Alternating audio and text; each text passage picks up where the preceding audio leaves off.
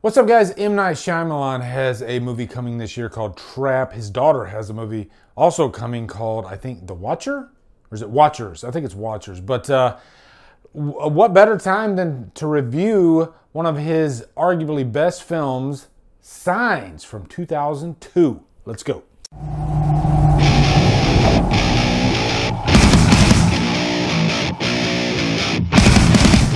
What's up, guys? It is Patron Request time. This one is for Bronson Wright Wolf. I've been doing quite a few movies for him over the past few months now.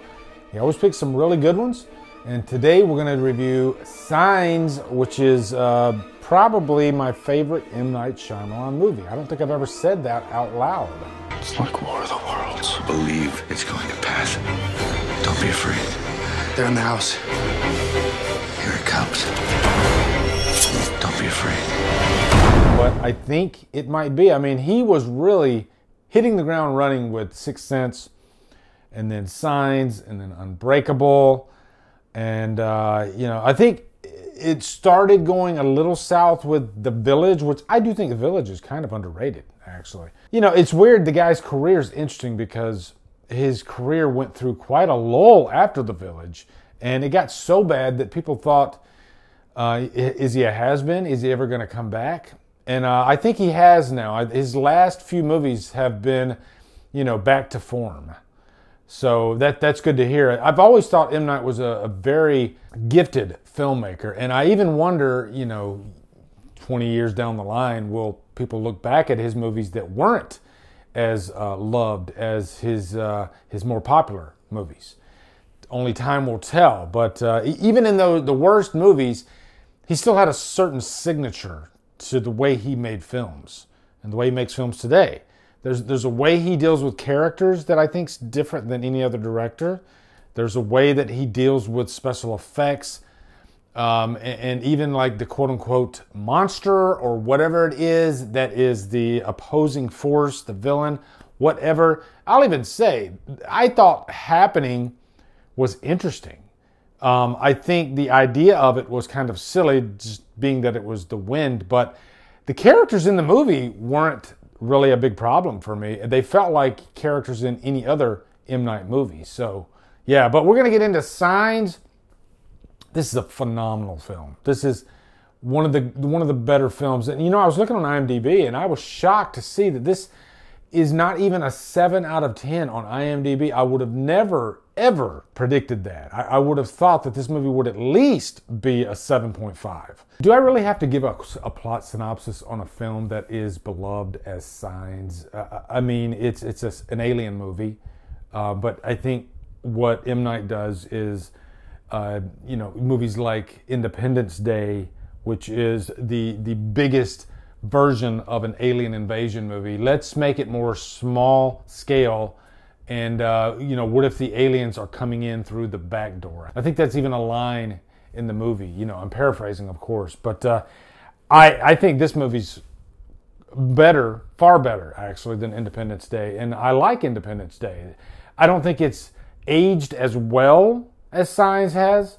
And I think that's just because Signs feels so small in nature. Like today, you could take the young filmmakers that put out movies for A24. If Signs came out today, it feels kind of like an A24 type movie, just very small scale.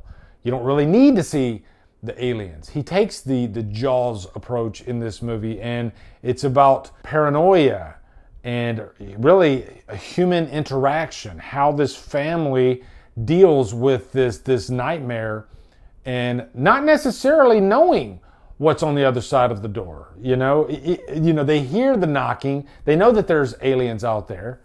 But I don't think they fully understand what they're dealing with. I think one of my favorite scenes in Signs is when they finally get away from the house and they go into the town and everybody kind of separates.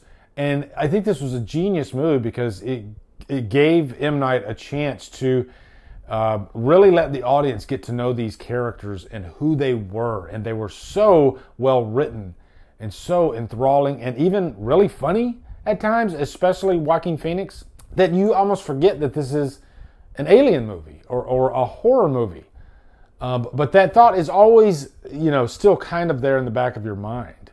But, I think one thing that is very underrated about M. Night is the way he deals with characters and how unique it is and how you can get really sucked into who these people are. This was right before Mel Gibson got really controversial. This was when Mel Gibson was still very much loved. He was still one of the top tier actors out there, one of the higher paid actors out there. And his performance in this movie is absolutely stunning and beautiful. And one thing you cannot deny is how great of an actor he is. It's just a tragic tale of a priest who gave up his religion. And, this is one of those, what I call like full circle movies, Everything matters. The little things matter and come back around, like, swing away. When you first hear that line, you think nothing of it.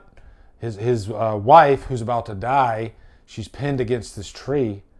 And you could take a scene like that and really break it up in so many different ways. You could literally show it at the beginning and the end of the movie, you could like bookend it. Or you could go with M. Night's approach and space it throughout the movie, giving little bits, important pieces of the puzzle throughout. And I love the way he did that. But what Signs does so well is showcasing the strength of a family unit. You had Abigail Breslin and Rory Culkin playing the children. And I think the children in this movie are just as strong as the actual adults. And I think a director can really prove himself with how he handles children. Take Spielberg in Jaws. And being able to take the Brody kids. These are really small children who don't have that much experience acting, but somehow he's able to pull out a wonderful performance by them. And I think that's the same thing M. Night does with children. You can tell, you can almost see him behind the scenes spending time with these children and getting the best out of them. And everything serves the story. He does it beautifully. I could have also talked about Spielberg with Drew Barrymore in E.T. And it seems like the best child performances are attached to the best directors.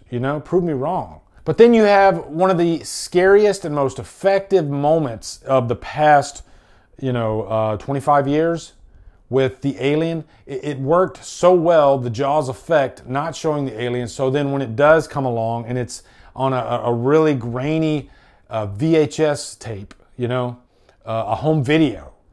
And I think this is kind of like the Blair Witch effect, because Blair Witch had come out a couple of years earlier. And I think just the fact that that was on a really low resolution videotape, it added to the horror aspect of it. And I think that's what makes Signs work so well. It's so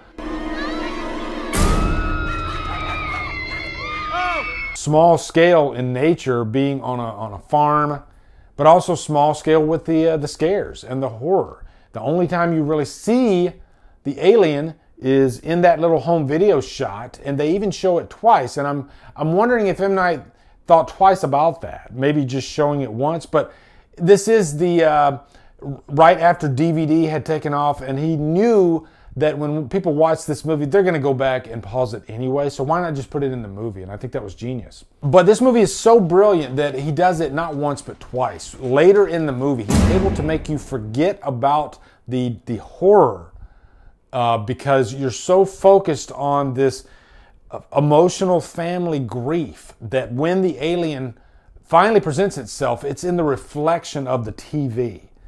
And it's just absolutely brilliant.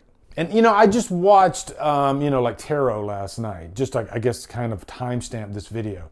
I mean, every freaking cliche that you can imagine is in that movie. Nothing scary at all. And it feels like they're just trying too hard. And I think Signs is a lesson in flexing in terms of horror. I think it's better when you pull back and almost make the audience forget about the horror and when it's going to come around. And the way to do that is through the characters. And that's where movies like Tarot fail, because the characters are so thin and weak and you don't give a shit about them. So you're constantly focused on the horror. You want the horror so bad. Whereas Signs, like I said, you forget about it. And then when it does present itself in the most unconventional way, it's probably the scariest thing you've seen in years. Because the first time I saw that damn alien, the reflection on that TV, and the music, James Newton Howard's Beautiful score. Speaking of James Newton Howard, I also love the opening of this movie, and it feels very Hitchcockian with the score. You can tell that there's a little bit of an homage to Hitchcock with Signs. M. Night is such a brilliant director that he's still able to make the movie his own, even though he's, you know, the influence is there for Hitchcock, but at the end of the day, it's Shyamalan. So yeah, for a rating for Signs, Trapped on an Island, all day, every day. I watch this movie at least like once a year. And this was the movie that I think I watched it literally a couple months ago before I even knew that Bronson wanted me to review it. And as soon as he requested it, I was like, oh yeah. I mean, I can talk about movies like Signs all day and not have to give them a fresh watch. You know, I would probably watch it as much as I do movies like Jaws. You know, it's an annual watch. So give me your memories on Signs. I want to read them in the comments. I want to know your Signs story in the comments. Looking forward to hearing them. Also, be sure to come over to Killer Flicks, where I talk horror all day and every day. And on Fridays, we do Free for Fridays. Follow my Drumdums on my socials. Support me on Patreon. Buy me a coffee. Anyway, guys, thank you so much for watching. Have a good day. Drumdum out.